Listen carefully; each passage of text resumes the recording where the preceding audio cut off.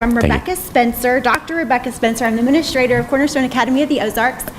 And the preamble to Missouri Constitution says, "We, the people of Missouri, with profound reverence for the supreme ruler of the universe and grateful for his goodness, do establish this Constitution for the better government of the state." And I think that is beautiful, and we need to get back to this. I'm Rebecka Spencer. I'm a doctor of education. I serve Cornerstone Academy of the Ozarks. I'm a product of public school, and I loved my public school experience. I taught in the public school, and I taught at State College. I teach at a community college. So I see kids from everywhere, little to big. I will tell you that I was called into the Christian sector of education whenever my oldest son was born 12 years ago. And our little school, grades preschool through 7th grade, this year we add a grade every year, currently serve 25 students, and we score in the 90th percentile senator in the Terra Nova National Recognized Standard Achievement Test.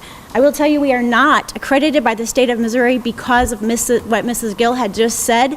We are a member of ACSI. They do recognize us, but Missouri will not recognize ACSI accreditation, so it's a problem in and of itself.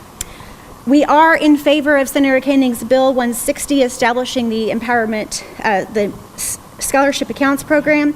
But I want to say this. You'll hear today in opposition that it's about draining the money from the public sector. It's absolutely not what this is about. This is about school choice, means empowering individual parents with the opportunity to search for and find the best education environments for their God-given children, not the state's children. God gave them to their parents, not to us as a state.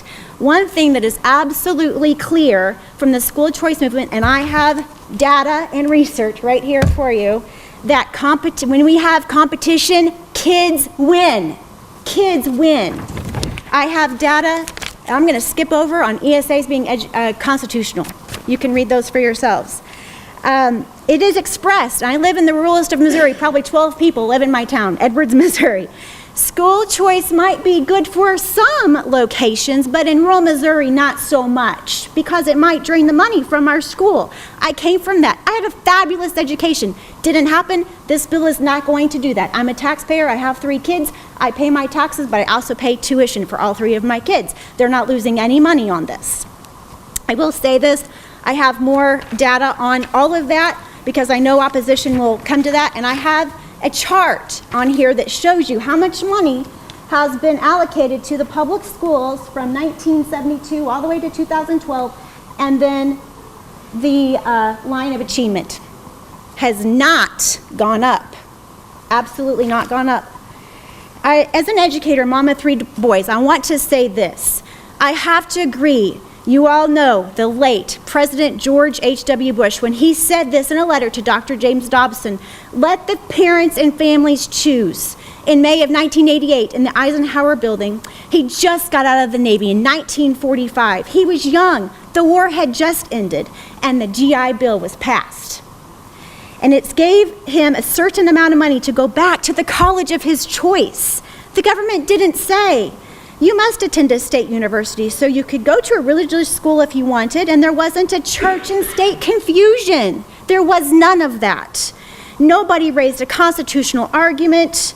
Nobody said it was wrong. And as a result, the state, the private, the religious, the public benefited by that program.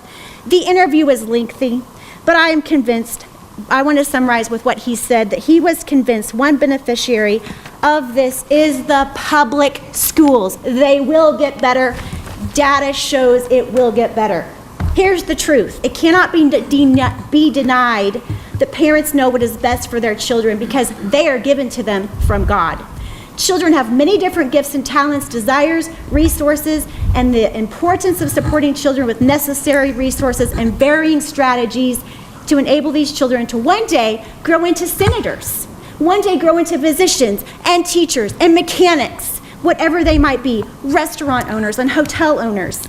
Choices make things better. We don't all drive the same car. We don't all wear the same Dr. shoe Spencer. brands. Dr. Spencer, I'm going to have to cut you off there.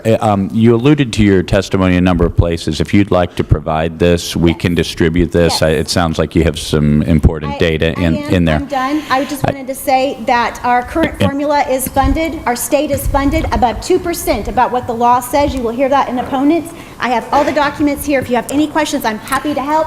Thank you for listening.